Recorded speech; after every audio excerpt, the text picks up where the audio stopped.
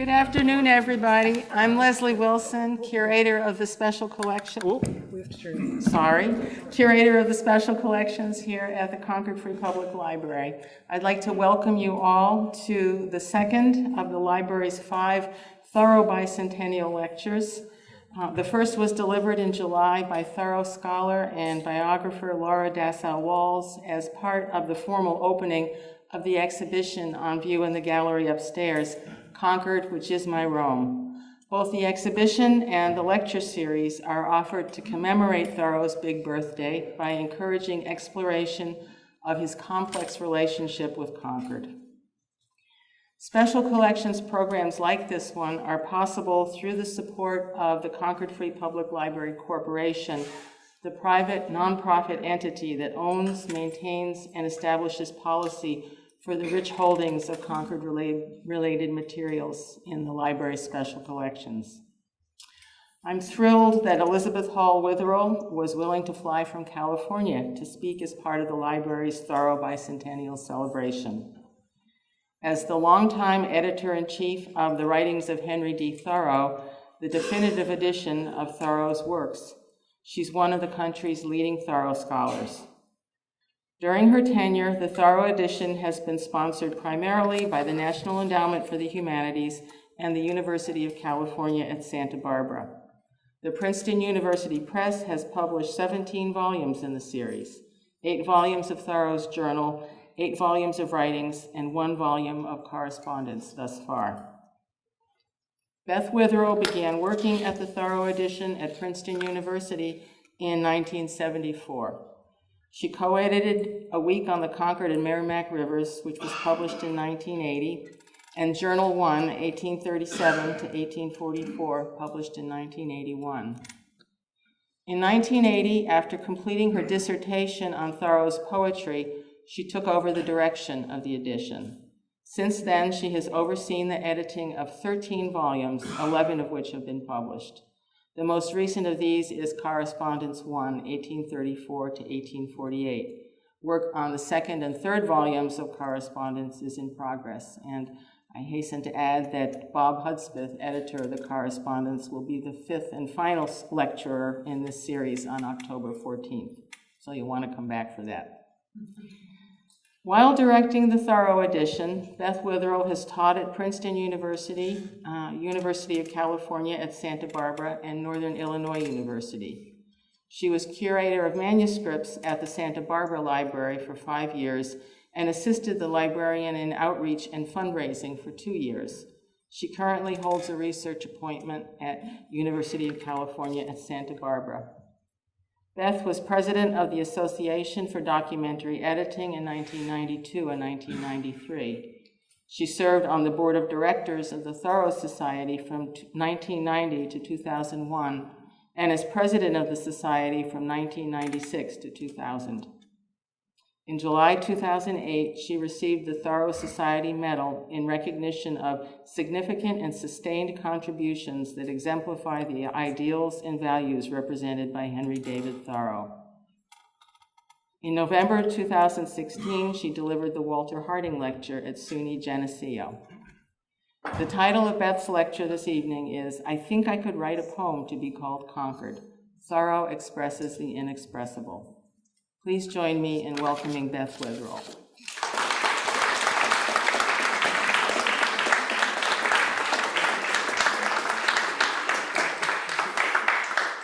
Thank you, Leslie. I would come from hell to speak in Concord. And I'm very happy to be here. This has been a great year for Thoreau and for Thoreauvians. Wonderful books and conferences, exhibitions, especially the encouragement to spend some time just thinking about Henry. I am delighted to be here during the anniversary year. I didn't make it to the annual gathering. I have to kind of ration my trips, but this was a very important event for me. I'm envious of all of you who live here close to the place or in the place where Thoreau was so firmly rooted. Laura Dassau-Walls writes in her introduction to the catalog of this wonderfully rich exhibition that Leslie has created. If you haven't seen it, you need to see it. No American writer is more place-centered than Henry David Thoreau, and the place that mattered more to him than any other was Concord, Massachusetts. I'm going to talk this evening about two of the products of Thoreau's deep love for and involvement in this town. Both are poetic, but in different ways. The earlier product is literally poetry, rhyming, written in stanzas. The later one is based on the seasonal repetition with variation of the phenomena of nature, the poetry that nature writes and that Thoreau transcribes, so to speak. I have lots of images of Thoreau's manuscripts to show you. This is not one. They're coming. The quality varies, and I'm using many of them only to give you a feel for what Thoreau is doing, not because I expect you to be able to read what you see there on the screen. I'll read you a few examples of the literal poetry, of Thoreau's literal poetry, and I'll read some much more interesting passages from the journal. As Leslie told you, I did my dissertation on Thoreau's poetry, and I don't want to, let's see. Thoreau's poetry is not great poetry, and reading it for the length of time I had to read it to write my dissertation, I lost my ear for poetry for a couple of years, and I don't want that to happen to you. I don't think it can happen with just a few stanzas, but you let me know if it's too much. Thoreau believed poetry, no matter what I think of it or his poetry, and I love poetry, but Thoreau believed poetry to be inherently the most heroic and beautiful form of language, the highest form of expression. And it's no surprise that he would choose the form early in his writing career to describe his hometown. Here's his own statement of his project, set down in a journal entry of September 4, 1841. You see it on the screen. I think I could write a poem to be called Concord. For argument, I should have the river, the woods, the ponds, the hills, the fields, the swamps and meadows, the streets and buildings, and the villagers. Then, morning, noon, and evening, spring, summer, autumn, and winter, night, Indian summer, and the mountains in the horizon. Now, the argument is a summary that precedes the work itself, a kind of prologue. So when he talks about the argument, he's suggesting that the kind of basis for his poem, the beginning, maybe the prose part, will cover the natural and man-made features of Concord, along with the people themselves, and that the poem proper will deal primarily with the daily and seasonal cycles as they affect the town and its inhabitants. The hills and mountains that make the far horizon to the north and west of Concord so important to Thoreau and to his sense of vision outside of Concord, especially Wachusett and Monadnock, they will also be part of the poem. When Thoreau wrote this outline, he was living with the Emerson family. He thinks he is able to write this poem at this time because he's been preparing for such a task since he moved into the Emerson household in April 1841. Emerson invited him after he and John had to close their school because tuberculosis was sapping John's strength. Henry was 24, he'd been out of college for 4 years, and he needed to support himself. Emerson, writing to his brother William, says he offered Thoreau, quote, his room and board, etc., for what labor he chooses to do. There were advantages for Emerson in this arrangement, as he tells William. He writes that Thoreau is thus far a great benefactor and physician to me, for he is an indefatigable and very skillful laborer, and I work with him as I would not work without him. Emerson has been ill, and he expects from working with Thoreau to be suddenly well and strong, though I have been a skeleton all the spring until I am ashamed.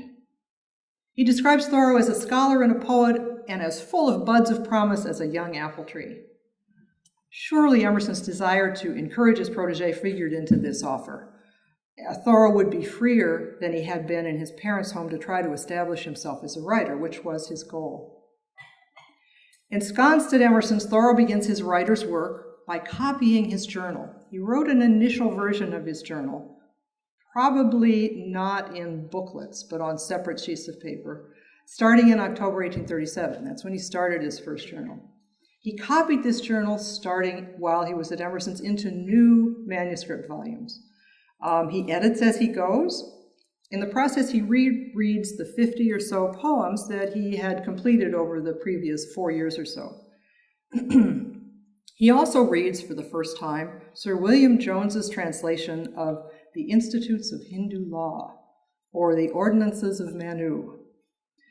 This book codifies the teachings of Brahma that are basic to Hinduism. It's described in a 1991 translation as an encompassing representation of life in the world, how it is and how it should be lived. What Thoreau is looking for, how it should be lived. Thoreau is enraptured. The book lifts him to a higher plane of existence, and he sees Concord and its surroundings in a new and sacred light. The style of the writing affects him deeply. In journal entries for August 1841, he writes, "It has such a rhythm as the winds of the desert, such a tide as the Ganges."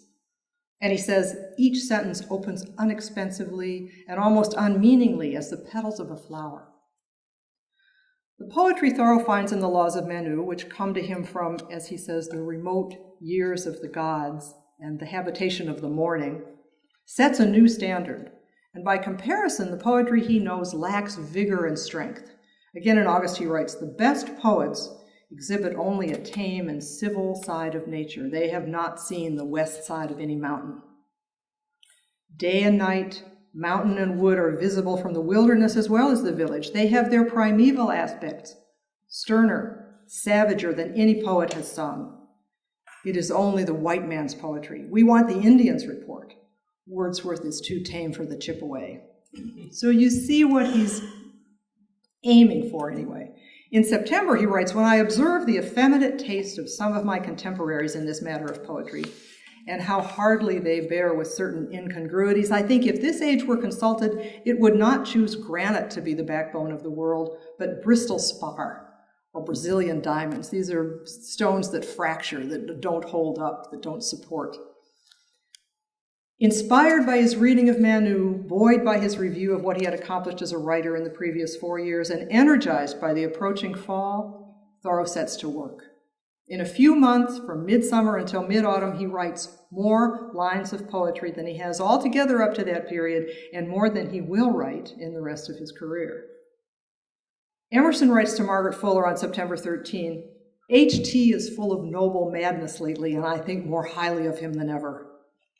This activity, of course, is going on right under Emerson's nose, and his journal for September contains a description that doesn't name Thoreau, but that matches Thoreau's account of his own mood very closely. "I was astonished one morning by tidings that genius had appeared in a youth who sat near me at table. He had left his work. He had gone rambling none knew whither. He had written hundreds of lines, but he could not tell whether that which was in him was therein told. He could tell nothing but that all was changed. Man, beast, heaven, earth, and sea. How gladly we listened." Now here's Thoreau's own description, fairly bursting from the pages of a letter he wrote on September 8th to Lucy Jackson Brown, Lydia and Emerson's sister. Both of these women were kind of muses to Thoreau. There's a lot to unpack in that statement, but I'll leave it at that. Let me see.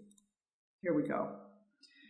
"Dear friend," Thoreau writes, and this is not the whole of the letter. This is the middle part. And when I get to the part that's up there, I'll let you know. "Dear friend," Thoreau writes, "your note came wafted to my hand like the first leaf of the fall on the September wind, and I put only another interpretation upon its lines than upon the veins of those which are soon to be strewed around me. It is nothing but Indian summer here at present. I mean that any weather seems reserved expressly for our late purposes whenever we happen to be fulfilling them. I do not know what right I have to such happiness, but rather hold it in reserve till the time of my desert. What with the crickets and the lowing of kine and the crowing of cocks, our conquered life is sonorous enough. Sometimes I hear the cock bestir himself on his perch under my feet and crow shrilly long before dawn, and I think I might have been born in any year for all the phenomena I know." Now here's the part that I will show you an illustration of. Let's see. We start here with Just now, he writes, I am in the mid-sea of verses, and they actually rustle round me as the leaves would round the head of Autumnus himself, should he thrust it up through some veils which I know.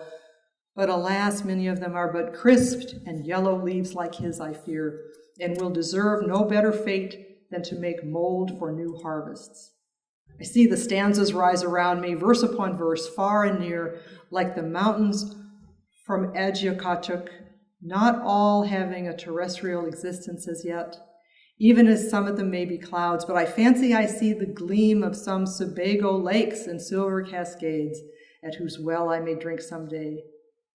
I am as unfit for any practical purpose, I mean for the furtherance of the world's ends, as gossamer for ship timber.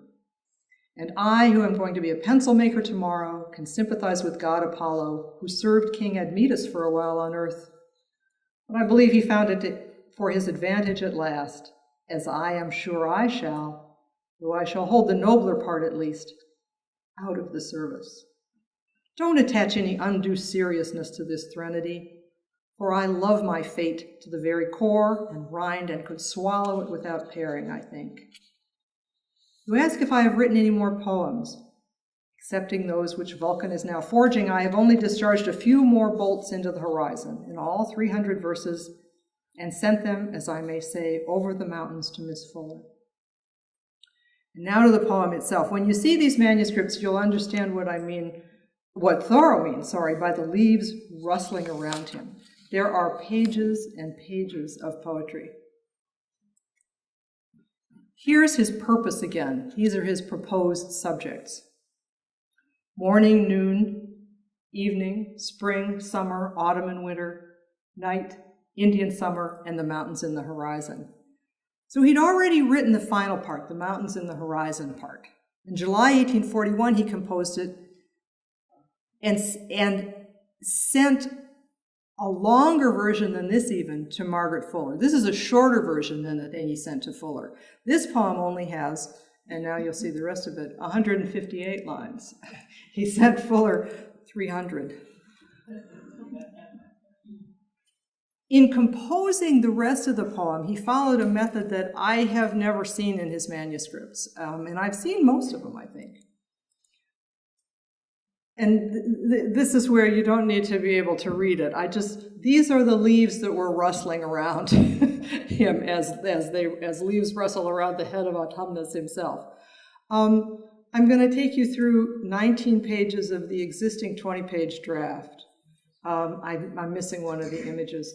And you'll see the numbers. I think the numbers were not, I'm sure they were not part of his initial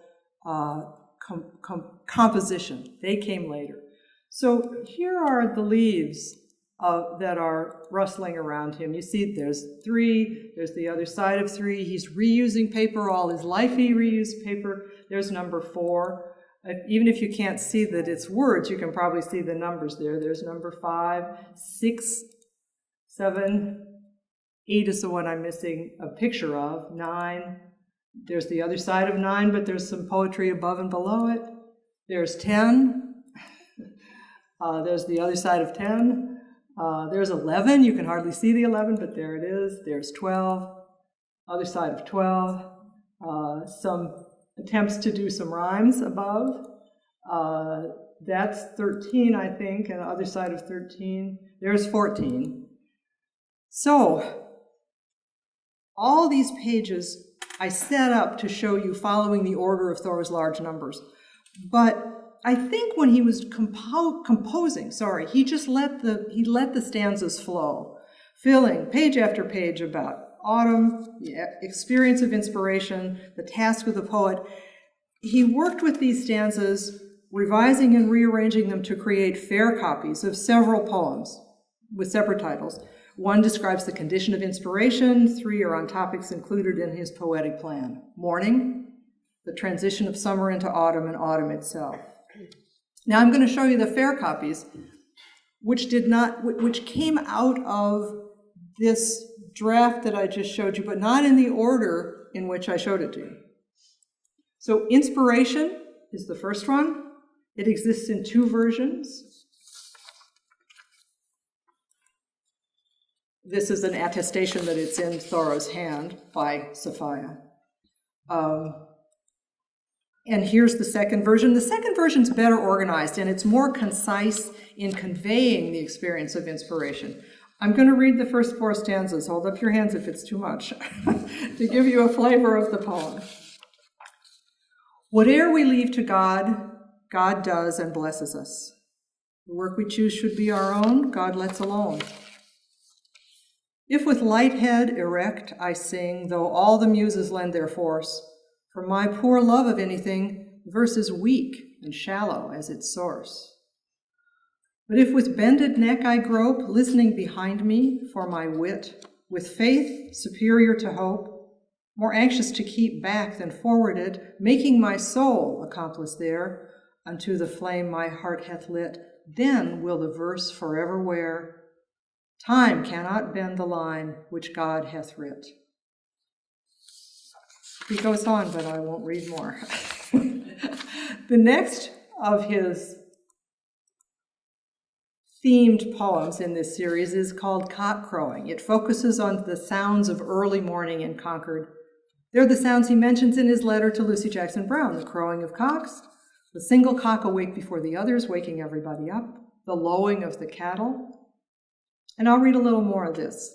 It's more concrete and descriptive, although I'm not sure you'd call it the Chippewa poetry. Upon my bed at early dawn, I hear the cocks proclaim the day, though the moon shines serenely on, as if her queenly course they could not stay. That's this one. And then I'll go down a ways. One, this is one of the cocks, on more distant perch, more clear but fainter, brags him still. But he promises, I fear, more than his master's household will fulfill.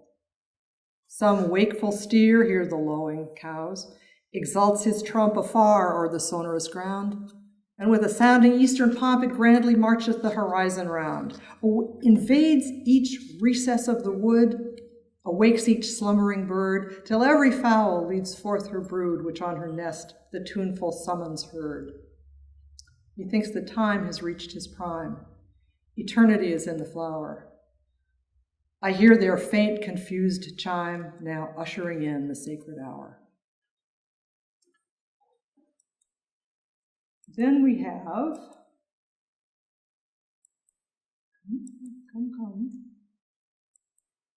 there we go, the soul season. This is the transition from summer into autumn.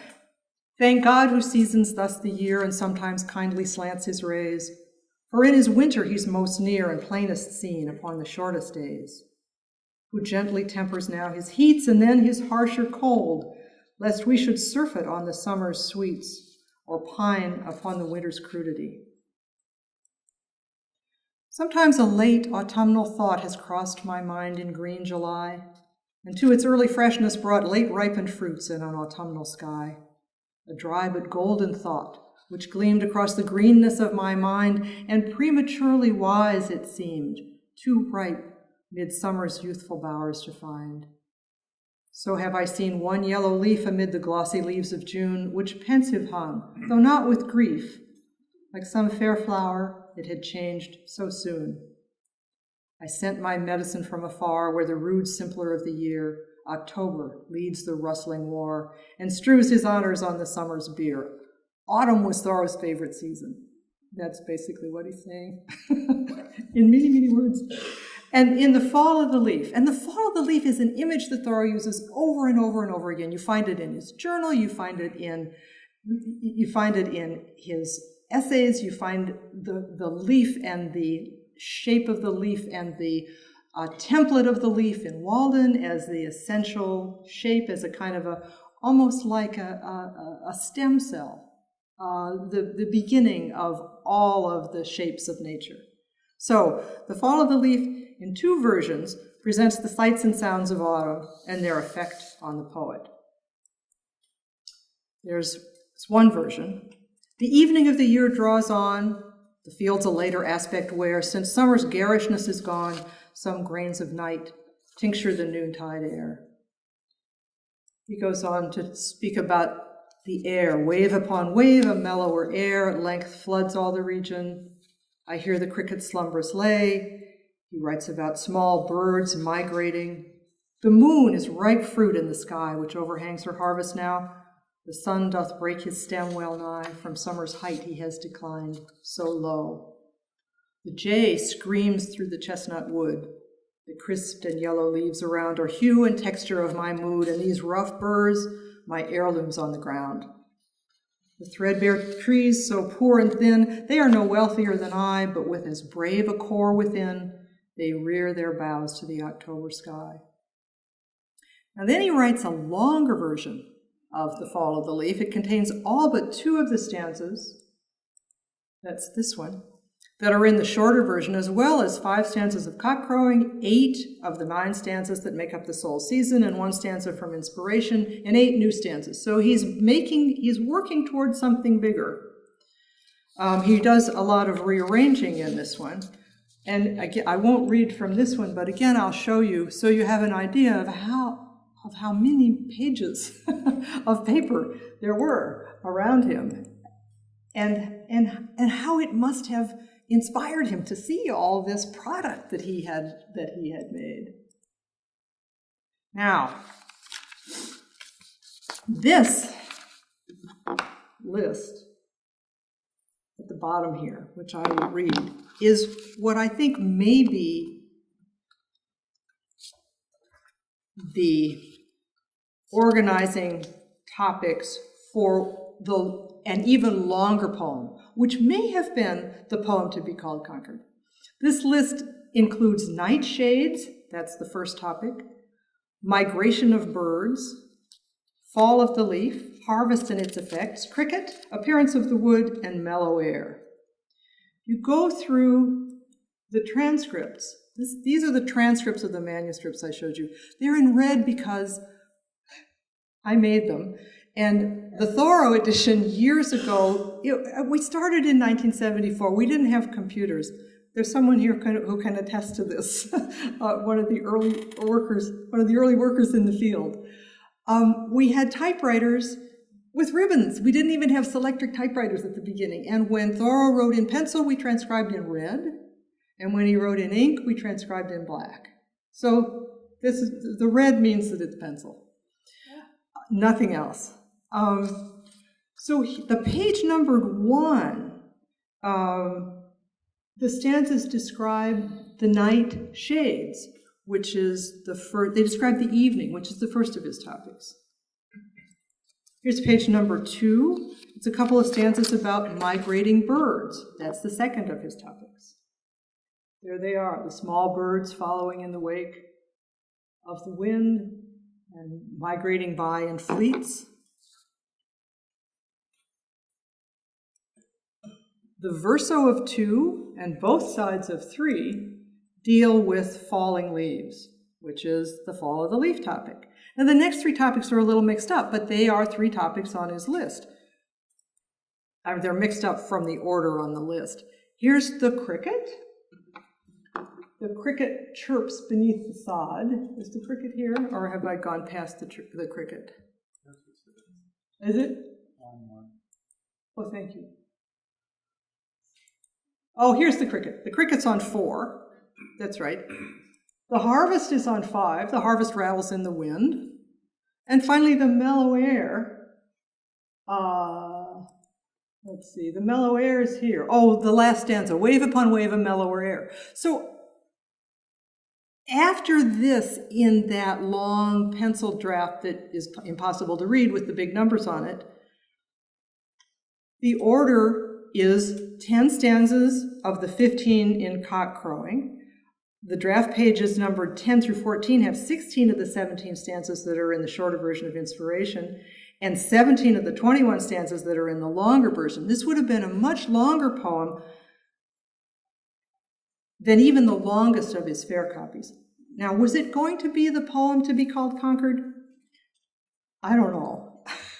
I know that's an anticlimax, but I haven't discovered a fair copy that incorporates all of this material, and that would prove to me that this was his plan for something that was much longer.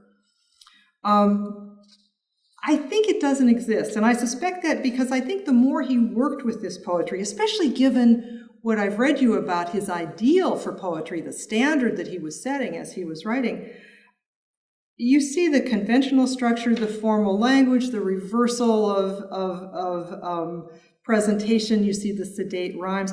I think the more he worked with it, the more dissatisfied he became. He could see, I think, that the faint praise he offered for the best poets in his October 18th journal entry, that they exhibit only a tame and civil side of nature, probably applied to what he had produced, too. And there are a couple of other factors that probably contributed to the fading of Thoreau's poetic ambition, and it did fade after this point. One is that in early November, he met with the first rigorous criticism of his work from Margaret Fuller, then the editor of the Transcendentalist periodical, The Dial. She sent The Mountains in the Horizon back at least once, probably twice, to be reworked before she would publish it, and then she didn't publish it. Even though Thoreau used it a year later in his essay, A Walk to Wachusett, and he was able to publish that, it's a small part of that essay. And he probably realized that The Dial was the most likely outlet for his poetry. And if he was having a difficult time publishing it there, then he would probably not be reaching a larger audience with it. Another factor is that in late November and early December of 1841, I think after he had done this drafting and copying, he was in the Harvard Library copying poetry from Alexander Chalmers' 21-volume collection, The Works of the English Poets, from Chaucer to Cooper. He filled nearly 300 pages in 4 notebooks with notes on and extracts of English poetry for an anthology he hoped to publish. But instead of being stirred and motivated by what he was reading, as he had expected, he found himself disappointed. This may be an echo of his reaction to his own poems. 2 comments in a journal entry for November 30th distill this disappointment. When looking over the dry and dusty volumes of the English poets, and I have to say, this is from a dealer's catalog, so they're not dusty, they're probably dry, but they've been cleaned up a lot. But he's pulling them off the shelves at the Harvard Library, and they probably haven't been off the shelves in a while. When looking over the dry and dusty volumes of the English poets, I cannot believe that those fresh and fair creations I had imagined are contained in them. English poetry from Gower down collected into one alcove, and so from the library window, compared with the commonest nature, seems very mean. I can hardly be serious with myself when I remember that I have come to Cambridge after poetry. And while I am running over the catalog and collating and selecting, I think if it would not be a shorter way to a complete volume, to step at once into the field or wood with a very low reverence to students and librarians. Thoreau's projected anthology and his projected poem of Concord met similar fates. He never published an anthology, although he continued to use those notebooks year after year, not only to add material to, but also to revert to and read. But he never published an anthology, and of the many stanzas of verse he composed in fall 1841, he chose to publish only 18 lines. 8 years later, he included them in his first book, A Week on the Concord and Merrimack Rivers. The lines are all from inspiration. He didn't publish any of the other material. Publication, though, as he wrote in A Week, is not the most important test of either quality or significance. Maybe there's a little justification here, but I'll read it. The true poem, he wrote, is not that which the public read. There is always a poem not printed on paper, coincident with the production of this, stereotyped in the poet's life. It is what he has become through his work. By that criterion, Thoreau's endeavor was a success. Through his work on poetry, his own as well as that of others, he became a much better writer of prose, a transcendent writer of prose. He continued to privilege poetry and to revere the true poet as a heroic, enlightened figure, open to the voice of the divine, but his attempt to complete the poem of Concord was the beginning of the end of his ambition to write conventional poetry, for which I'm really happy because my dissertation would have been much harder to do. Anyway, I'm going to suggest, however, that he found another way to capture Concord in words in his close observation and recording of the natural phenomena of the place as they change through the seasons. And the seasonal change is important, the details, but also their change through the seasons. This is his phenological work. Phenology is the name for that study. In this endeavor, which began in earnest soon after a week was published, he became a student of the poetry composed by nature, which he identifies in the final chapter of A Week. But here on the stream of the Concord, he writes, if you've read A Week on the Concord Merrimack, you'll remember that there are long digressions, and then he writes about the actual movement on the Concord and Merrimack in the boat, rowing, camping, eating melons. He's gone back after a digression on poetry to the stream of the Concord. But here on the stream of the Concord, where we have all the while been bodily, nature, who is superior to all styles and ages, is now with pensive face composing her poem Autumn, with which no work of man will bear to be compared. Thoreau's phenological work began between 1850 and 51 when his casual interest in plants deepened into a more systematic study. He knew the names of most conquered species, but as he describes his new ambition in a journal entry written several years later, he wanted to become more knowledgeable in the habits of particular plant species as well as of individual plants. He writes, I soon found myself observing when plants first blossomed and leafed, and I followed it up early and late, far and near, several years in succession, running to different sides of the town and into the neighboring towns, often between 20 and 30 miles in a day. I often visited a particular plant 4 or 5 miles distant, half a dozen times within a fortnight, that I might know exactly when it opened, besides attending to a great many other plants in different directions, and some of them equally distant at the same time. Thoreau's observations encompassed other phenomena that could be studied in Concord and the surrounding area as well, including birds and, as he said, whatever else might offer. From 1851 through 1861, his journal records the arrival and departure of various species of birds, the depth of snow in various locations on different dates, changes in the colors of leaves in autumn, freezing and thawing of Walden Pond, the Concord River and other bodies of water, the composition of birds' nests, and other events that allowed him to understand the nature of Concord in the context of seasonal change. In April 1852, this is the third spring of his systematic study, which became more and more systematic as time went on, but Thoreau records a pivotal moment in his journal. He writes, for the first time, I perceive this spring that the year is a circle. I see distinctly the spring arc. Thus far, it is drawn with a firm line. In the paragraph that follows, he poses a series of questions that will shape his phenological work during the next 9 years. Here are his questions. Why should just these sights and sounds accompany our life? Why should I hear the chattering of blackbirds? Why smell the skunk each year? I would fain explore the mysterious relation between myself and these things. He is at the center of these observations. He's not being objective. He's being objective in the sense that he's as precise as he can be, but he always acknowledges himself as the center of these observations that he's recording. I would at least know what these things unavoidably are, make a chart of our life, know how its shores trend, that butterflies reappear and when, know why just this circle of creatures completes the world. Can I not, by expectation, affect the revolutions of nature, make a day to bring forth something new? And I think he means something new in the sense of his understanding.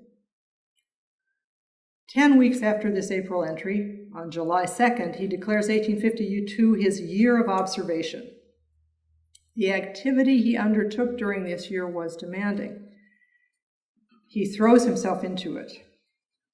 His journal entries for late spring and summer in this year, 1852, include almost 20 lists in which he records the growth, blossoming, prevalence, and persistence of flowers, the leafing of trees, the migration and appearance of birds, the lichens he saw, and miscellaneous observations, which include weather, the ripening of fruits and berries, the color of specific fields, and the behavior of birds, insects, and reptiles. To give you an idea of how he threw himself into this work, as I showed you how he threw himself into the poetry, I want you to see the lists from April through August. And what he did, from April, he recorded what he had observed from April 11th through July 27th. Actually, it may be the 25th, and he miswrites the 27th. But every so often in his journal for this period, you come across a list. And this is a list that records the earliest flowers in the spring. These are flowers from April 11 to April 28. On May 14th, he writes, hastily reviewing this journal, I find the flowers to have appeared in this order since the 28th of April. So he goes on from the 28th of April here. And he also includes some birds. There are some birds. And some insects. There are some insects in this column. And some other general things. Whoops, I went too far. Well, on June 24th, he provides information about what he's seen from May 14th to that day. And then on July 7th,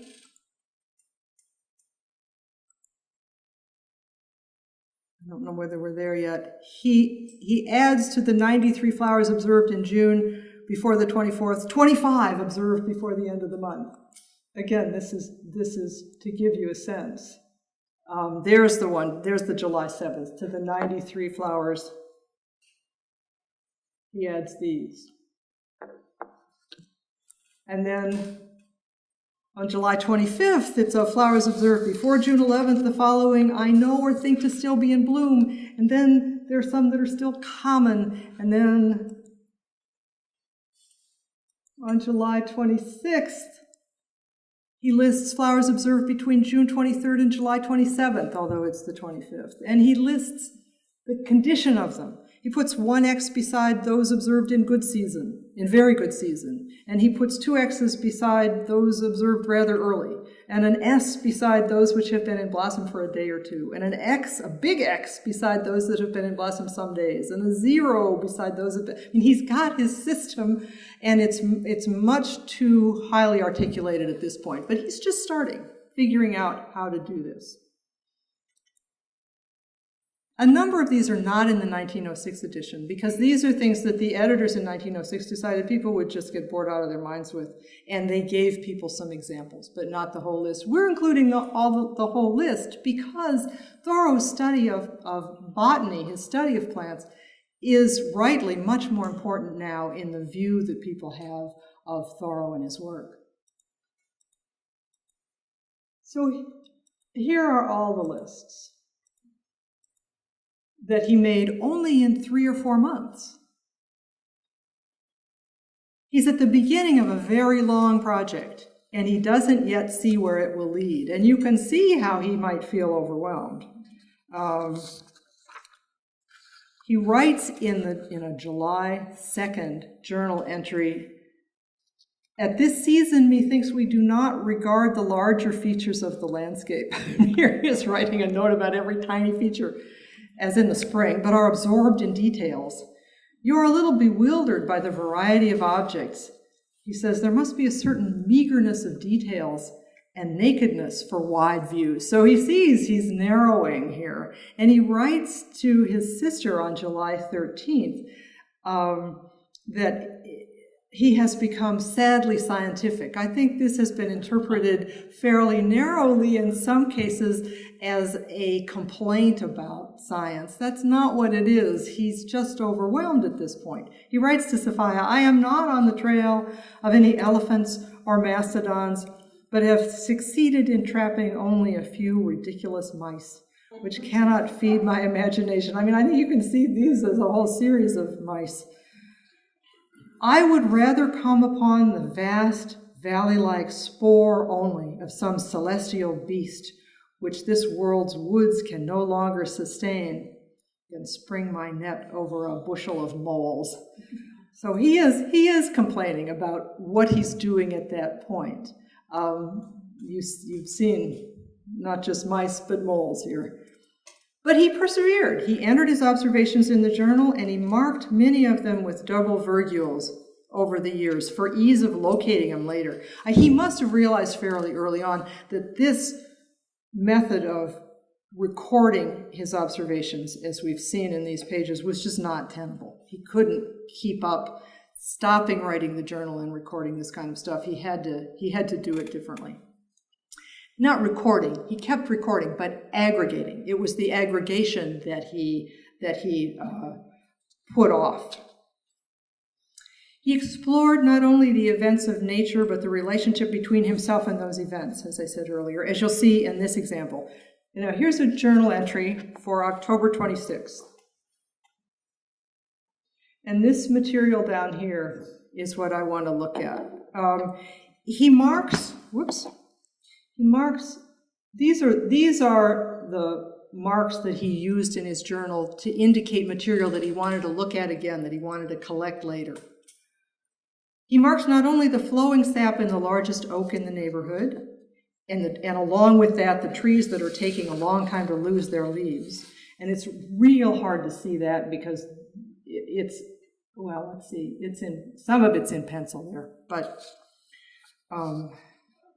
he also marks the thickness of the coat he's wearing and the coolness of his fingers. And he also comments on the effect of the cooler weather on the sale of gloves in town. About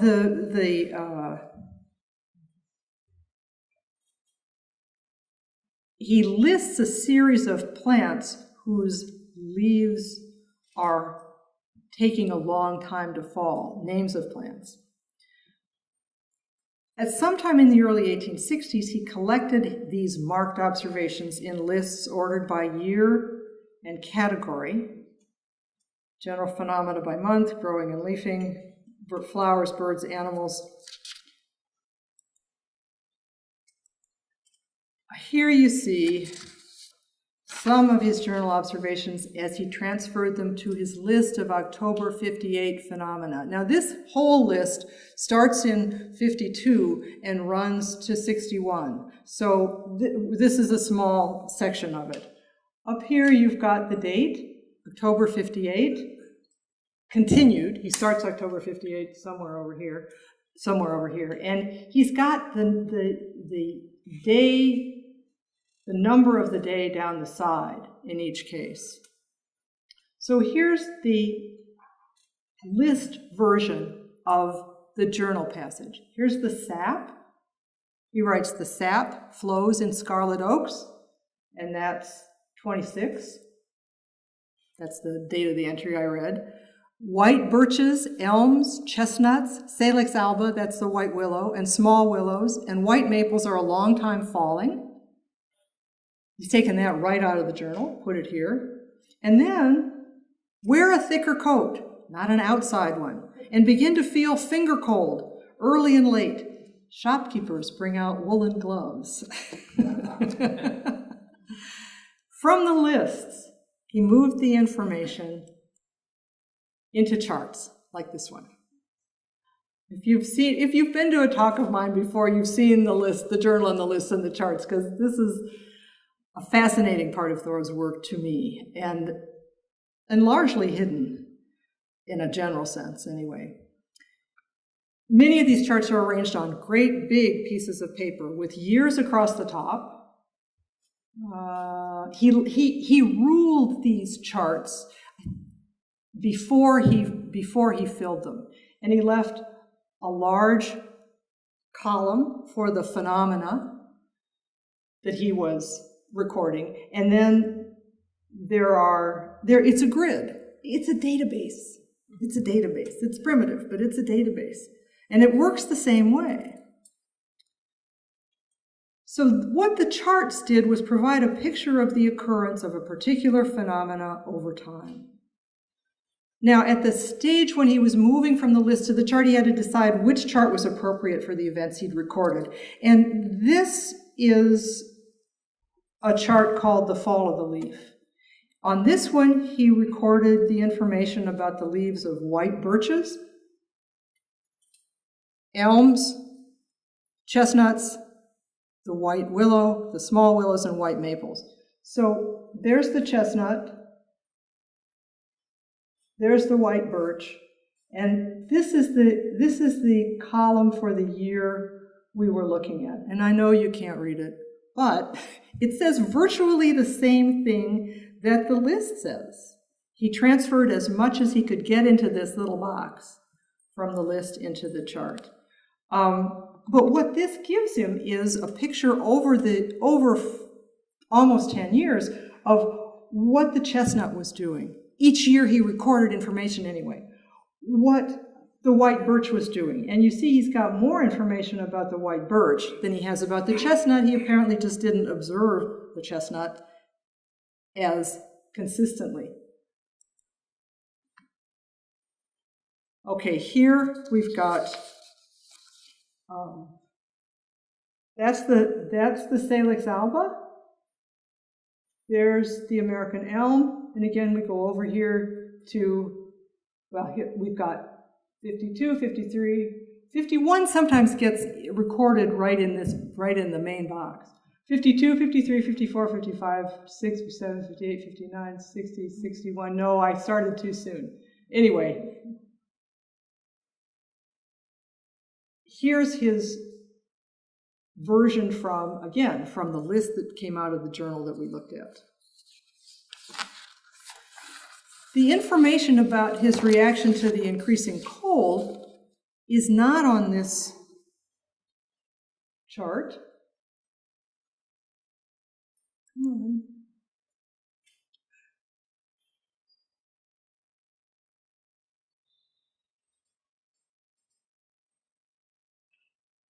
Sorry. It's on one of general phenomena. And one of his categories for the general phenomena for October, this is general phenomena for October. Let me get my years straight here. 52, 3, I'm using the finger, I shouldn't. 52, 3, 4, 5, 6, 7, 8, 59, 60, 61, we're looking at 58. One of the categories for general phenomena that he's recording over the years is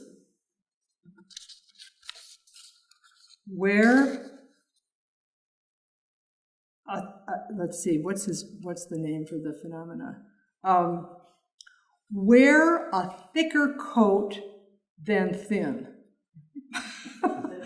So under 58, we see what we saw in the journal, that he's put on a thicker coat. It's not his thickest coat. It's not his outside coat. Turns out he must have had at least 3 different weights of coats. A great coat, a thin coat, and an outside coat. The next category, and again, we're looking at categories that relate to him. There are others that are more closely focused on nature, but these relate to him. The next category is the finger cold category. Finger cold early or late. And here he is on the 26th saying that he begins to feel finger cold early and late. As I said, he doesn't have a journal entry every year for very many of his observations. He does for some of the more general natural history ones. This one is, these two have to do with the height of the river. He observed the height of the river year after year after year. He has an entry almost every year that he draws from his lists for hard frosts, when the real change that could be measured into hard winter came. He has an observation every year about gossamer. Gossamer is spider silk, and he was entranced with the spider silk when he saw it floating in the wind, and so he kept track every year of when he saw the most gossamer. He put a tremendous amount of time and effort into this project. There's the second page of it, and I'll leave it there. And this is the October General Phenomena chart. He called this project his calendar with a capital K, and you see that the work involved several stages. He had to observe and record the phenomena, but that was only the beginning. He had to figure out which events were significant for his study, and at the outset, I think he probably recorded a lot more than he used, as you see in the recording in 1852 of the seasons of the flowers. Then he had to figure out how best to organize the information for his purpose. And finally, he had to apply the organization. He had to first copy the information into lists, and then he had to create the charts. I think, as I said, that he believed that he started extracting the journal information into the lists sometime in 1860. And I think the chart making took place in the later summer and fall of 61 after he returned from Minnesota. That was in July, the Minnesota trip that was to invigorate him to restore his health, and that did not. Altogether, there are 17 charts that survive. They compiled data in the categories of general phenomena like this for the months of April, May, June, October, and November. There's a chart for all phenomena of December. There's one for phenomena of winter, one for leafing. There are 3 charts for flowering. There's one for the fall of the leaf. There are 3 charts for birds. There's a chart for insects and a chart for the freezing and thawing of Walden, White's, and Flint's ponds. Most of these include phenomena for dates from 50 through 61. It's not clear whether the gaps that you see in these charts and others represent uncollected data or data that he didn't live long enough to transfer. I mean, summer 61 and fall 61, he's moving toward the end of his life. He died in May 62, so he doesn't have a lot of time left.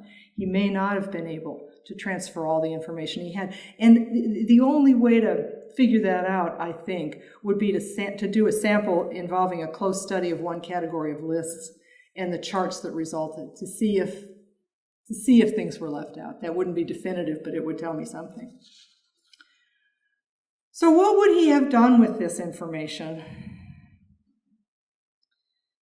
had he lived another several decades? The charts are the only substantial end product for the project, but I don't believe they represent all he wanted to do with the data. In fact, I'm sure they don't.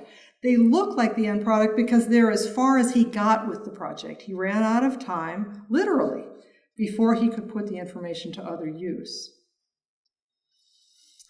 I don't know what use he would have put it to. I have gone through in my career working on Thoreau enough situations in which people have been convinced that this or that book was going to have been written to make a statement like that myself. I don't know what he was going to do. But he does mention the calendar. Well, that's not really a but. He mentions the calendar in his journal only once, and he doesn't give any hint there either about what plans he might have for it. This is in October 1859. He writes, "When I get to Willow Bay, I see the new musquash houses erected, conspicuous on the now nearly leafless shores. To me, this is an important and suggestive sight, as perchance in some countries, new haystacks in the yards. I remember the phenomenon annually for 30 years, a more constant phenomenon here than the new haystacks in the yard, for they were erected here probably before man dwelt here, and may still be erected here when man has departed. For 30 years I have annually observed, about this time or earlier, the freshly erected winter lodges of the musquash along the riverside, reminding us that if we have no gypsies, we have a more indigenous race of furry, quadrupedal men maintaining their ground in our midst still. This may not be an annual phenomenon to you. It may not be in the Greenwich Almanac or Ephemeris, but it has an important place in my calendar." It's the one instance of that word in his journal. "So surely as the sun appears to be in Libra or Scorpio, I see the conical winter lodges of the musquash rising above the withered pontederia and flags. There will be some reference to it by way of parable or otherwise in my New Testament. Surely it is a defect in our Bible that it is not truly ours, but a Hebrew Bible.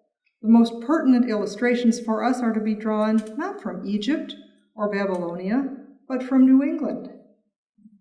Talk about learning our letters and being literate, where the roots of letters are things.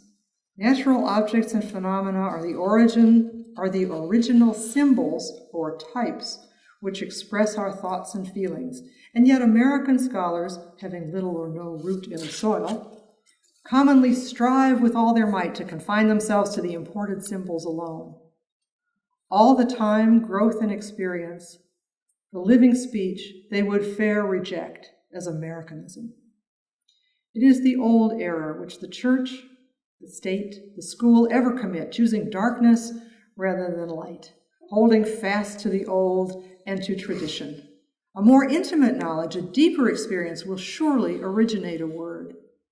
When I really know that our river pursues a serpentine course to the Merrimack, shall I continue to describe it by referring to some other river, no older than itself, which is like it, and call it a meander? It is no more meandering than the meander is Musketaquiding. They go on publishing the chronological cycles and movable festivals of the church and the like from mere habit, but how insignificant are these compared with the annual phenomena of your life, which fall within your experiences?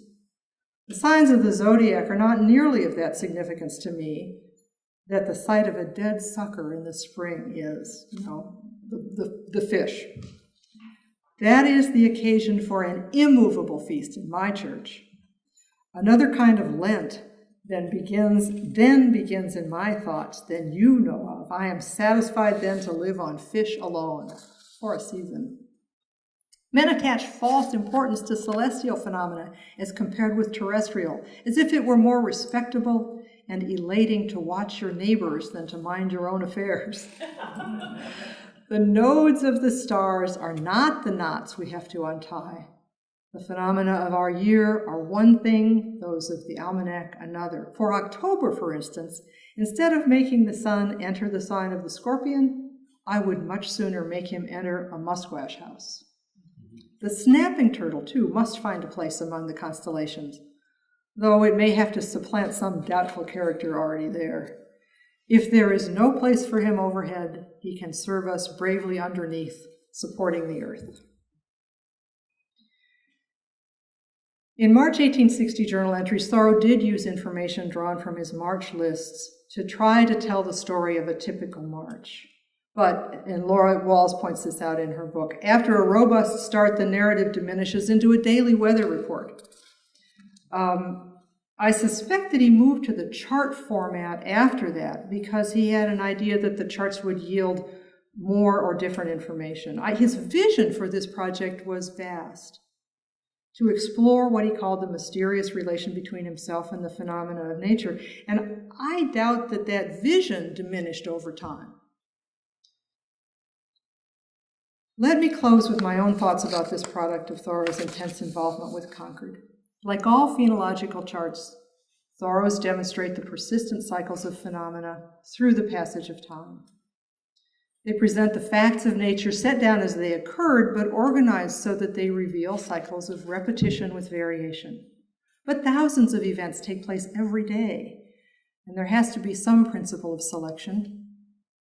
These charts contain the phenomena that Thoreau chose, the events that he saw as important. They have a kind of a numinous quality for me because they distill the Concord that Thoreau experienced from 1850 through 1861, allowing me to view that place at that time through his own filter. I can also imagine Thoreau using the charts as a mnemonic device. He had a prodigious intellectual capacity and a memory to match. He could hold and synthesize details in his mind and allow the syntheses to evolve there. In an April 8, 1854 journal entry, he wrote, "I find that I can criticize my composition best when I stand at a little distance from it. When I do not see it, for instance, I make a little chapter of contents which enables me to recall it page by page to my mind and judge it more impartially when my manuscript is out of the way. He's talking about what he's doing in his mind while he's surveying. He's writing while he's surveying. He's rearranging his writing and perfecting it while he's surveying. When he saw his 1854 note on gossamer in the October chart, and what it says in the chart, which you can't really read, is 1854, a gossamer day on water. November 19th, a gossamer day, not so perfect, he says, as October 31. When he sees that in his chart, I can see it calling to his mind the details that made the phenomena worth noting, as set down in his journal, so he doesn't have to go back to his journal. What he wrote in his journal was, "It is a remarkable day for fine gossamer cobwebs. Here on the causeway, as I walk toward the sun, I perceive that the air is full of them, The air is full of them, streaming from off the willows and spanning the road, all stretching across the road, and yet I cannot see them in any other direction, and feel not one. It looks as if the birds would be incommoded. They have the effect of a shimmer in the air. This shimmer moving along them as they are waved by the wind gives the effect of a drifting storm of light. It is more like a fine snowstorm which drifts athwart your path than anything else. What is the peculiar condition of the atmosphere to call forth this activity? If there were no sunshine, I should never find out that they existed. I should not know that I was bursting a myriad barriers. Though you break them with your person, you feel not one. Why should this day be so distinguished?" I think when he sees that little note in the chart, all of this comes back into his mind, this fantastic gossamer day that he experienced on the causeway. For him, the charts would have been like honeycomb, with each chamber filled with material for his writing. Cycles form the structure of Thoreau's two books, going out and returning, moving through a week on the water, which was condensed from 2 actual weeks, living through a year, which was condensed from 2 actual years. In his phenological work, he immerses himself in the most significant cycle of all, the cycle of nature, knowing that it started long before he began recording, before he began to be, and would continue long after he was gone. The charts memorialize his personal slice of that vast cycle. And to return to Thoreau's aspiration to write a poem to be called Concord, though these charts bear no outward resemblance to poetry, I see them as Thoreau's transcription of the poems that nature composed in Concord year after year during the last full decade of his life. He never characterized his phenological work this way, but in a journal entry for Sunday, December 7th, 1856, he describes the poem of winter in a way that makes me think he wouldn't object to being seen as the scribe of nature's poetry. He writes, and I'll close with this, "That grand old poem called Winter is round again without any connivance of mine. As I sit under Lee's cliff where the snow is melted amid sere, pennyroyal, and frostbitten catnip, I look over my shoulder upon an Arctic scene. I see with surprise the pond, a dumb white surface of ice speckled with snow, just as so many winters before, or so lately were lapsing waves or smooth reflecting water. I see the holes which the pickerel fisher has made, and I see him too, retreating over the hills, drawing his sled behind him. The water is already skimmed over again there. I hear too the familiar belching voice of the pond. It seemed as if winter had come without any interval since midsummer, and I was prepared to see it flit away by the time I again looked over my shoulder. It was as if I had dreamed it. But I see that the farmers have had time to gather their harvests as usual, and the seasons have revolved as slowly as in the first autumn of my life. The winters now come as fast as snowflakes. It is wonderful that old men do not lose their reckoning, and women. It was summer, and now again it is winter. Nature loves this rhyme so well that she never tires of repeating it. So sweet and wholesome is the winter, so simple and moderate, so satisfactory and perfect that her children will never weary of it. What a poem! An epic in blank verse, enriched with a million tinkling rhymes. It is solid beauty. It has been subjected to the vicissitudes of millions of years of the gods, and not a single superfluous ornament remains. the severest cold of the immortal critics, the severest and coldest of the immortal critics have shot their arrows at it and pruned it till it cannot be amended. Thank you.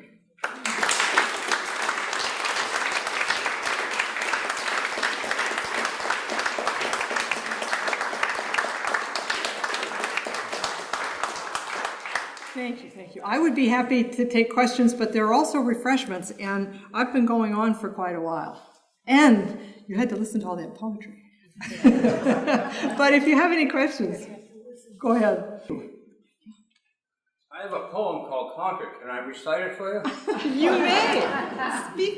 Step up to the microphone. It's called Concord. Concord is the farmland of the soul. Plant yourself here and watch yourself grow, like Emerson and Thoreau.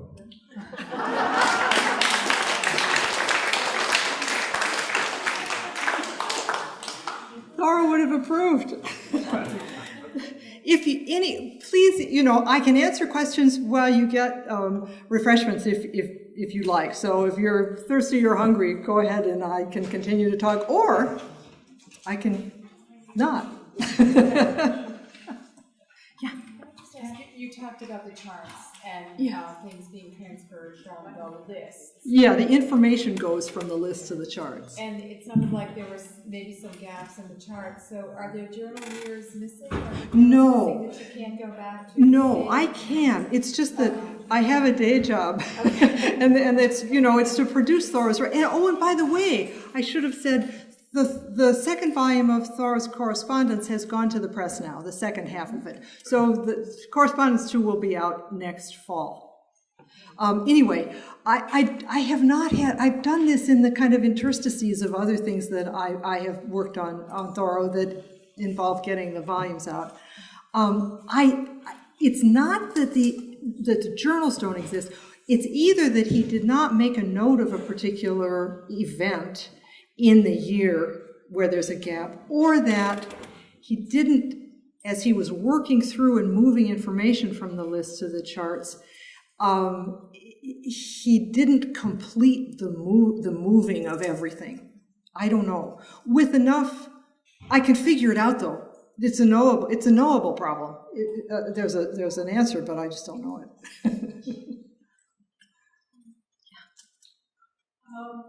I've always seen Thoreau's turn away from poetry and frustration with representation. He looked at the models, they weren't good enough. He himself struggled to represent nature, and he realized that there was a problem with that.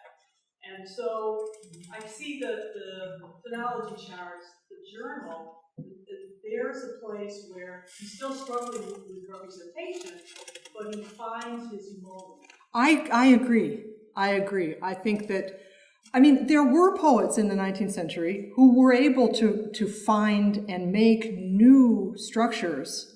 Whitman and Dickinson come to mind immediately, but that was not for Thoreau. That talent, that genius was not in him.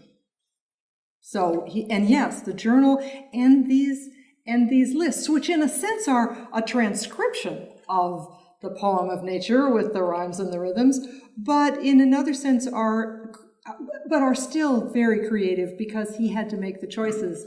He had to decide what was going to speak to him.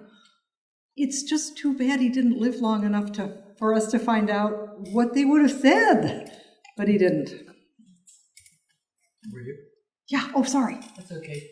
I was intrigued by the way he discerned the temperature, like how heavy a coat he needed. Whether his fingers got cold. Yeah, and there's a beauty to that, but I was curious if thermometers were not around. There were thermometers too, but this was how the cold affected him. And that's, I think, the point of recording that kind of information.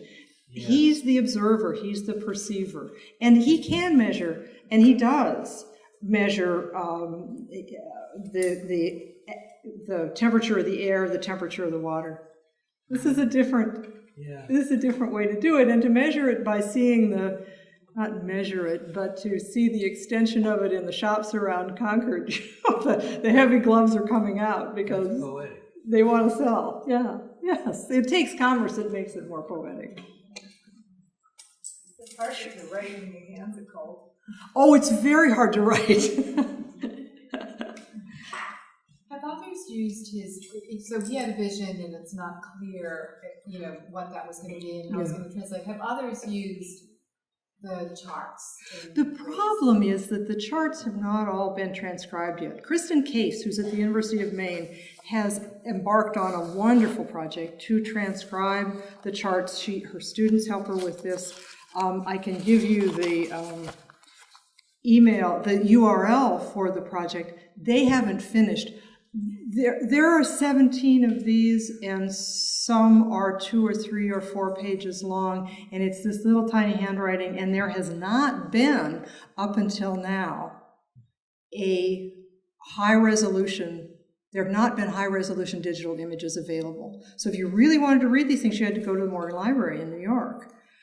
The Morgan has now, in the process of conserving the material, made high-resolution digital images that are available. I don't have them yet, or you'd be seeing this in a clearer way. But Kristen Case at the University of Maine, if you Google Thoreau's calendar, you'll get to her website, and you can see the transcription that has gone on.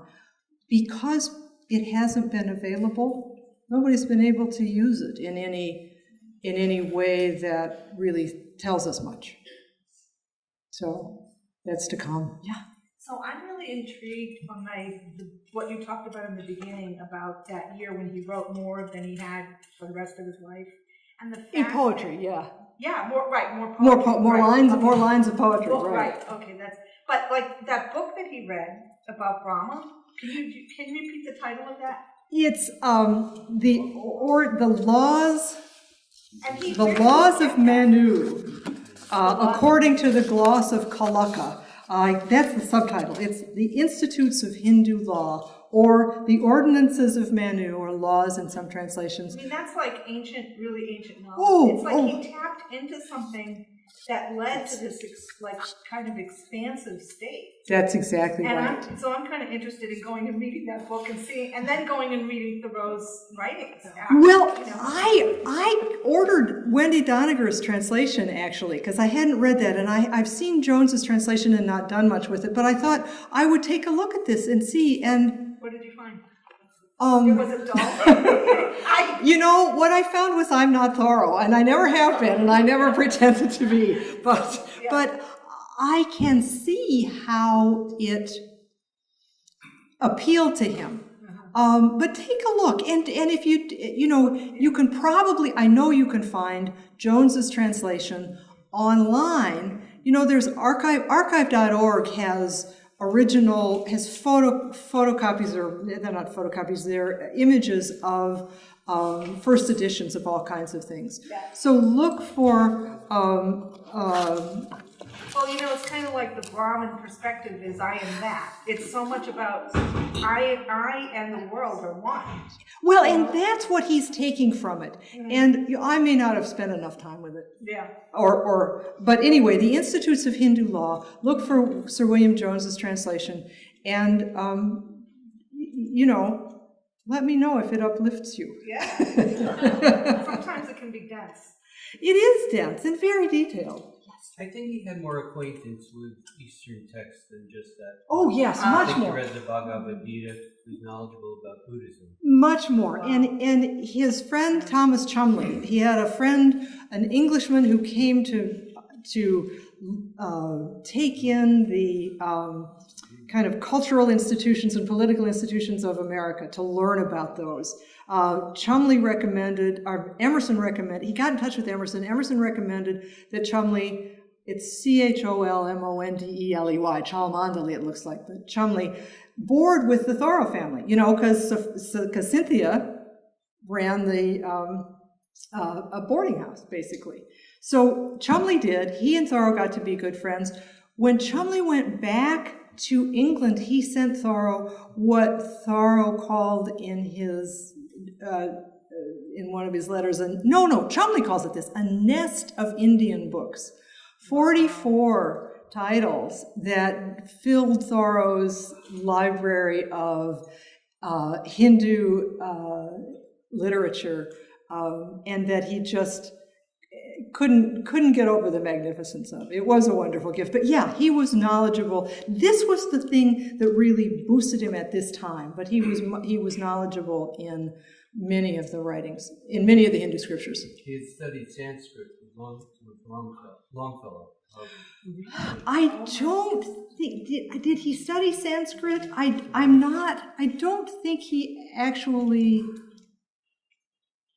he studied the early Anglo-Saxon poetry. I would have to go back. Does anybody know whether Thoreau studied Sanskrit? I didn't know that. I think Jones was his start.